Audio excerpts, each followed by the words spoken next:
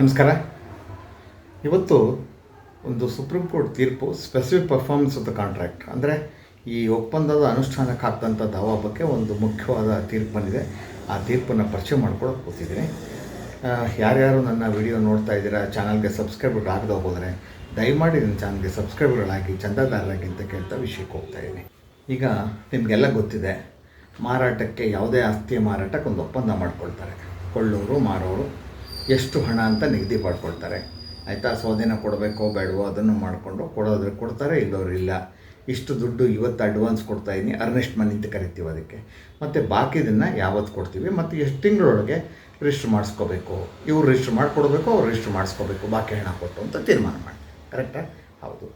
ಅದೇ ರೀತಿಯ ಒಂದು ಪ್ರಸಂಗ, ಒಂದು ಕೇಸು ಈ ತಮಿಳ್ನಾಡು ಗೊತ್ತಾಯ್ತು. ಅದು ಮಡ್ರಾಸ್ ಹೈಕೋರ್ಟಲ್ಲಿ ತೀರ್ಮಾನ ಆಗಿ ಸುಪ್ರೀಂ ಕೋರ್ಟಿಗೆ ಬಂದಿದೆ. ಮೂಲತಃ ಏನಾಯಿತು ಅಂದರೆ, ಈ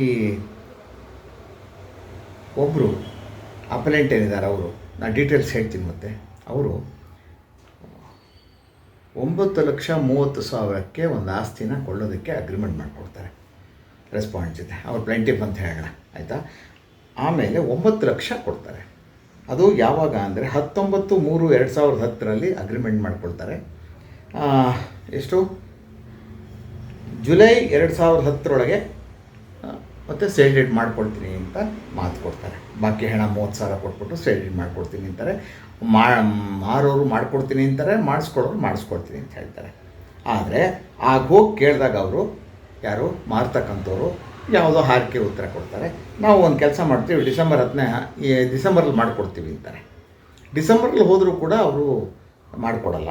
ಆ ನಂತರದಲ್ಲಿ ಇವರೇನು ಮಾಡ್ತಾರೆ, ಯಾರು ಅಗ್ರಿಮೆಂಟ್ ಮಾಡಿಸ್ಕೊಂಡವರು ಅಂದರೆ ಕೊಳ್ಳಕ್ಕೆ ಹೊರಟವರು, ಖರೀದಿ ಮಾಡೋಕ್ಕೆ ಹೊರಟವರು 1/2/2011 ಒಂದು ಲೀಗಲ್ ನೋಟಿಸ್ ಕೊಡ್ತಾರೆ ಅವರಿಗೆ. ನೋಡಿ, ಇಂಥ ತಾರೀಕಲ್ಲಿ ಅಂದರೆ 19/3/2010 ನಿಮ್ಮದು ಅಗ್ರಿಮೆಂಟ್ ಆಗಿತ್ತು, 9 ಲಕ್ಷ ದುಡ್ಡು ಕೊಟ್ಟಿದ್ದೀನಿ ಅಡ್ವಾನ್ಸ್ ಅನಿ, ಇನ್ನು 30,000 ಕೊಡಬೇಕು, ನಾನು ಕೊಡೋಕ್ಕೆ ರೆಡಿ ಇದ್ದೀನಿ, ಬಂದು ತಾವು ದಯವಿಟ್ಟು ರಿಜಿಸ್ಟ್ರ್ ಮಾಡಿಕೊಡಿ ಕ್ರಯಪತ್ರನ ಅಂಥೇಳಿ. ಅವ್ರು ಮಾಡಿಕೊಡಲ್ಲ.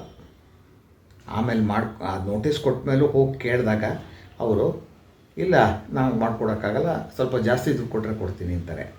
ಆಗ ಇವರು ಕೋರ್ಟಿಗೆ ಹೋಗ್ತಾರೆ, ಟ್ರಯಲ್ ಕೋರ್ಟ್ಗೆ ಹೋಗ್ತಾರೆ. ಅಲ್ಲಿ ಇವ್ರ ಪ್ರಕಾರ ಡಿಕ್ರಿ ಆಗುತ್ತೆ. ಅವರು ಬಾಕಿ 30,000 ತೊಗೊಂಡು ಕ್ರಯಪತ್ರ ಬರ್ಕೊಡ್ಬೇಕು ಅಂತಾಗುತ್ತೆ.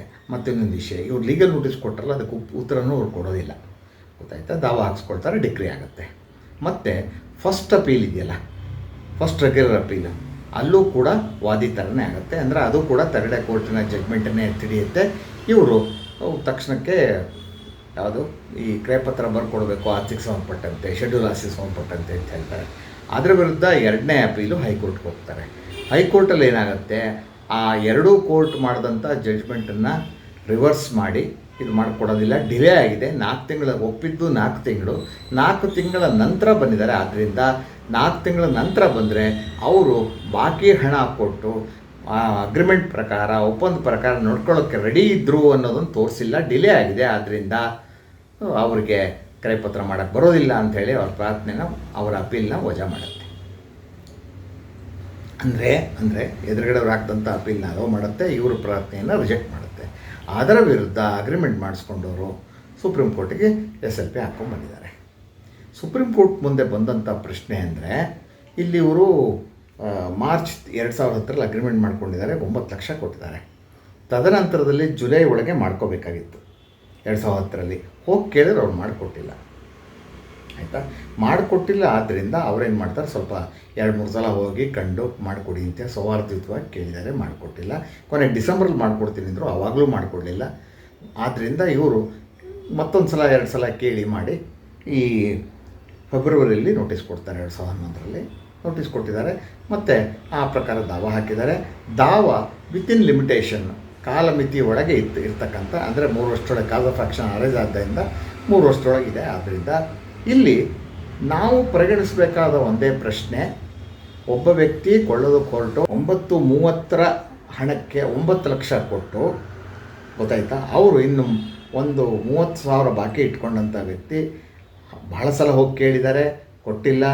ತದನಂತರದಲ್ಲಿ ಅವರು ನೋಟಿಸ್ ಕೊಟ್ಟಿದ್ದಾರೆ. ನೋಟಿಸ್ ಪ್ರಕಾರ ಅವರು ಕಂಪ್ಲೈ ಮಾಡಿಲ್ಲ, ಅಂದರೆ ಇವರಿಗೆ ಅಗ್ರಿಮೆಂಟ್ ಇದು ಸೇಲ್ ಡೀಡ್ ಮಾಡಿಕೊಟ್ಟಿಲ್ಲ. ಅದರಿಂದ ಕೋರ್ಟಿಗೆ ಬಂದಿದ್ದಾರೆ. ಈಗ ಅವರು ನಿಗದಿತ ಅವಧಿಯ ನಂತರದಲ್ಲಿ ಹೋಗಿ ನೋಟಿಸ್ ಕೊಟ್ಟಿದ್ದಾರೆ ಅನ್ನುವ ಏಕೈಕ ತಾಂತ್ರಿಕ ಕಾರಣವನ್ನು ಒಡ್ಡಿ ಅವರ ದಾವವನ್ನು ವಜಾ ಮಾಡೋಕ್ಕೆ ಬರುತ್ತೆ ಅನ್ನುವಂಥ ಪ್ರಶ್ನೆ ಸುಪ್ರೀಂ ಕೋರ್ಟ್ ಮುಂದೆ ಬಂತು. ಸುಪ್ರೀಂ ಕೋರ್ಟ್ ಹೇಳುತ್ತೆ, ಅಷ್ಟೆಲ್ಲ ಮಾಡಿದವನು, ಭಾಳ ಸಲ ಹೋಗಿ ಕೇಳಿದವರು ಮತ್ತು ಸುಮಾರು 95% ಹಣ ಕೊಟ್ಟೋ ವ್ಯಕ್ತಿ ಯಾಕೆ ಅವನು ಕೊಳ್ಳಕ್ಕೆ ರೆಡಿ ಇರಲ್ಲ? ಕೊಳ್ಳಕ್ಕೆ ರೆಡಿ ಇರ್ತಾನೆ. 4 ತಿಂಗಳಾದರೂ ಕೇಳ್ತಾ ಇದ್ದರು, ಹೋಗಿ ನಂತರದಲ್ಲಿ ಕೇಳಿದ್ರು ಅನ್ನೋ ಕಾರಣಕ್ಕೆ ನಾವು ಅವ್ರಿಗಿಷ್ಟ ಇರಲಿಲ್ಲ ಅಗ್ರಿಮೆಂಟ್ ಪ್ರಕಾರ ನಡ್ಕೊಳ್ಳೋಕ್ಕೆ, ಆದ್ದರಿಂದ ಮಾಡ್ಕೊಡೋಕ್ಕೆ ಬರೋದಿಲ್ಲ ಅನ್ನುವಂಥ ಒಂದು ತೀರ್ಮಾನಕ್ಕೆ ಬರೋಕ್ಕಾಗತ್ತಾ? Can we infer that plaintiff was not interested to perform his part of the contractual obligation ಅಂತೀವಿ. ಅಂದರೆ ಒಪ್ಪಂದದ ಪ್ರಕಾರ, ಒಪ್ಪಂದದಲ್ಲಿ ಒಪ್ಪಿಕೊಂಡ ಷರತ್ತು, ಅಂದರೆ 4 ತಿಂಗಳ ಒಳಗೆ ಏನು ರಿಜಿಸ್ಟರ್ ಮಾಡ್ಕೊಳ್ತೀನಿ ಅಂತ ಏನು ಇವರು ಸಮಯ ನಿಗದಿ ಮಾಡಿದ್ರು, ಆ ಸಮಯದಲ್ಲಿ ಬಂದಿಲ್ಲ ಅಂತ, ತದನಂತರಲ್ಲಿ ಬಂದಿದ್ದಕ್ಕೆ ಇವರು ಬರೋಕ್ಕೆ ರೆಡಿ ಇರಲಿಲ್ಲ. ಇವರು ಅಗ್ರಿಮೆಂಟ್ ಅಂತ ಅಪರ ಮಾಡಿಸ್ಕೊಳ್ಳೋಕ್ಕೆ ತಯಾರಿರಲಿಲ್ಲ, 30,000 ಬಾಕಿ ಕೊಡೋಕ್ಕೆ ತಯಾರಿರಲಿಲ್ಲ ಅನ್ನುವಂಥ ತೀರ್ಮಾನಕ್ಕೆ ಬರೋಕ್ಕಾಗತ್ತಾ? ಇಲ್ಲ, ಆ ಥರ ಬರೋಕ್ಕಾಗೋದಿಲ್ಲ ಅನ್ನುವಂಥ ತೀರ್ಪನ್ನು ಸುಪ್ರೀಂ ಕೋರ್ಟ್ ಕೊಟ್ಟು ಕ್ರಯಪತ್ರ ಮಾಡಿಕೊಡ್ಬೇಕು ಅಂತ ಹೇಳಿದೆ. ಆಯಿತಾ? ಈ ಕೇಸಿನ ವಿವರ ನಾನು ನಿಮ್ಗೆ ಹೇಳ್ತೀನಿ ಈಗ, ಮತ್ತು ಅದನ್ನು ಡಿಸ್ಕ್ರಿಪ್ಷನ್ ಬಾಕ್ಸಲ್ಲೂ ಹಾಕಿರ್ತೀನಿ, ಅದು ತಾವು ನೋಡ್ಕೋಬೋದು. ಇದು special leave petition 32,390 2025 S Shahul Hameed versus N Mallikarjuna and others. ಇದು ಮಡ್ರಾಸ್ ಹೈಕೋರ್ಟ್ದು ಅಂತ ನಿಮ್ಗೆ ಹೇಳಿದ್ದೀನಿ, ಗೊತ್ತಾಯ್ತಾ?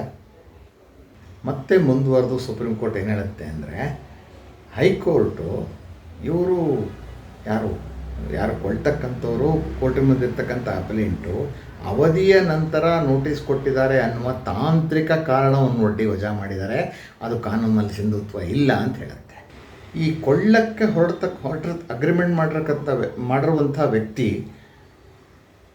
ಆ ಒಂದು ಬಾಕಿ ಹಣವನ್ನು ಕೊಟ್ಟು, ಗೊತ್ತಾಯ್ತಾ, ಕೊಟ್ಟು ಕ್ರಯಪತ್ರವನ್ನು ತನ್ನ ಪರವಾಗಿ ಬರ್ಸ್ಕೊಳ್ಳೋಕೆ ರೆಡಿ ಇದ್ನೇ ಅಂತಕ್ಕಂಥ ಸಂಗತಿಯನ್ನು ಸುತ್ತಲಿನ ಎಲ್ಲ ಆಗ ಏನೇನು ಘಟನಾವಳಿಗಳು ನಡೆದಿರುತ್ತೋ ಅದೆಲ್ಲವನ್ನೂ ಗಮನಿಸಿ ತೀರ್ಮಾನಕ್ಕೆ ಬರಬೇಕಾಗತ್ತೆ. ಬರೀ ಒಂದು ತಾರೀಖನ್ನು ಹಿಡ್ಕೊಂಡು ತೀರ್ಮಾನಕ್ಕೆ ಬರೋಕ್ಕಾಗಲ್ಲ ಅನ್ನುವಂಥ ಮಹತ್ತರವಾದ ಅಭಿಪ್ರಾಯ ವ್ಯಕ್ತಪಡಿಸಿದೆ. ಅಂದರೆ ಅವರು 4 ತಿಂಗಳಾದಮೇಲೆ ಕೊಡಲಿಲ್ಲ ಅಂದರೆ ಯಾಕೆ ಕಾರಣ, ಏನು ಕಾರಣ, ಯಾಕೆ ಬರಲಿಲ್ಲ, ಎಷ್ಟು ಕೊಟ್ಟಿದ್ರು, ಮತ್ತು ನೋಟಿಸ್ ಕೊಟ್ಟರೆ ಉತ್ತರ ಕೊಟ್ಟರ, ಇತ್ಯಾದಿ ಸಂಗತಿಗಳನ್ನು ಕೋರ್ಟು ತಿಳ್ಕೋಬೇಕು. ಅದರ ಹಿನ್ನೆಲೆಯಲ್ಲಿ ತೀರ್ಮಾನಕ್ಕೆ ಬರಬೇಕು. ಬರೀ ಅವಧಿಯ ಏನು 4 ತಿಂಗಳು ಒಪ್ಪಿಕೊಂಡಿದ್ರು, ಅದಾದ ನಂತರ ನೋಟಿಸ್ ಕೊಟ್ಟಿದ್ದಾರೆ ಅನ್ನುವಂಥ ಏಕೈಕ ತಾಂತ್ರಿಕ ಟೆಕ್ನಿಕಲ್ ರೀಸನ್ ಕೊಟ್ಟು ಆ ಒಂದು ಕೇಸನ್ನು ತಳ್ಳಿ ಹಾಕೋಕ್ಕಾಗಲ್ಲ ಅನ್ನುವಂಥ ಮಾತನಾಡಿದೆ.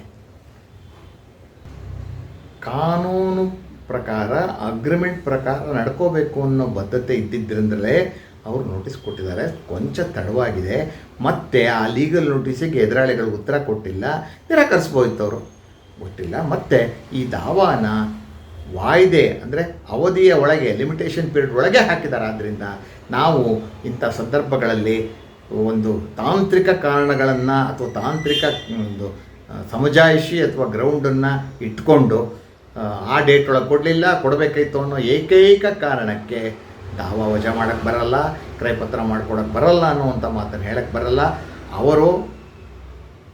ಅವರ ಇಚ್ಛೆಯನ್ನು, ಅವರು ಅಗ್ರಿಮೆಂಟ್ ಪ್ರಕಾರ ನಡ್ಕೊಳ್ಳೋಕ್ಕೆ ಸಿದ್ಧರಿದ್ದರೆ ಎನ್ನುವುದನ್ನು ಸುತ್ತಮುತ್ತಲಿನ ಎಲ್ಲ ಸಂಗತಿಗಳನ್ನು ಗಮನಿಸಿ, ಗೊತ್ತಾಯ್ತಾ, ಯಾರು ವಾದಿಯ ವರ್ತನೆ, ಪ್ರತಿವಾದಿಯ ವರ್ತನೆ ಅದೆಲ್ಲವನ್ನೂ ಗಮನಿಸಿ ಯಾವಾಗ ಏನೇನು ನಡೀತು ಅಂತಕ್ಕಂಥದ್ದನ್ನು ಗಮನಕ್ಕೆ ತೆಗೆದುಕೊಂಡು ಆ ನಂತರದಲ್ಲಿ ಈ ವಾದಿಗೆ ಬಾಕಿ ಹಣವನ್ನು ಕೊಟ್ಟು ಕ್ರಯಪತ್ರವನ್ನು ಮಾಡಿಸಿಕೊಳ್ಳುವಂಥ ಉದ್ದೇಶ, ವಿಲ್ಲಿಂಗ್ನೆಸ್ ಇತ್ತೇ ಇಲ್ವಾ ಅನ್ನುವ ತೀರ್ಮಾನಕ್ಕೆ ಬರಬೇಕಿತ್ತು. ಅವರು ದುಡುಕಿದ್ದಾರೆ, ಅದನ್ನು ನಾವು ಒಪ್ಪೋದಿಲ್ಲ. ಆದ್ದರಿಂದ ಆ ಒಂದು ತಾಂತ್ರಿಕ ಕಾರಣ, ಒಂದೇ ಒಂದು ಕಾರಣಕ್ಕೆ ವಾದಿಯ ಪ್ರಾರ್ಥನೆಯನ್ನು ತಳ್ಳಿಹಾಕಕ್ಕೆ ಅಥವಾ ವಜಾ ಮಾಡೋಕ್ಕೆ ಬರೋದಿಲ್ಲ ಅನ್ನುವಂಥ ಮಾತನ್ನು ಹೇಳ್ತಾ ಆ ಒಂದು ದಾವಾನ ಡಿಕ್ರಿ ಮಾಡಿದೆ. ಸಿವಿಲ್ ಕೋರ್ಟ್ ಏನು ಫಸ್ಟ್ ಕೋರ್ಟ್ ಟ್ರಯಲ್ ಕೋರ್ಟ್ ಮಾಡಿತ್ತು ಆ ಜಡ್ಮೆಂಟನ್ನು ಎತ್ತಿಡಿದೆ. ಇದು ಈ ಕೇಸಿನ ಒಂದು ತೀರ್ಪು ಮತ್ತು ಸುಪ್ರೀಂ ಕೋರ್ಟಿನ ತೀರ್ಮಾನ. ತಡವಾಗಿದೆ ಅನ್ನೋ ಕಾರಣ, ಒಂದೇ ಒಂದು ಕಾರಣ, ತಾಂತ್ರಿಕ ಕಾರಣ ಇಟ್ಕೊಂಡು ಕೇಸ್ ವಜಾ ಮಾಡೋಕ್ಕೆ ಬರಲ್ಲ. ಸ್ಪೆಸಿಫಿಕ್ ಪರ್ಫಾರ್ಮೆನ್ಸ್ ಕಾಂಟ್ರಾಕ್ಟಲ್ಲಿ ಅಂದರೆ ಆ ಅಗ್ರಿಮೆಂಟು ಏನೋ ಒಪ್ಪಂದದ ಅನುಷ್ಠಾನದ ದಾವಕ್ಕೆ ಹಾಕಿದಾಗ ಈ ಥರದ ತಾಂತ್ರಿಕ ಕಾರಣ ಇಟ್ಕೋಬಾರ್ದು.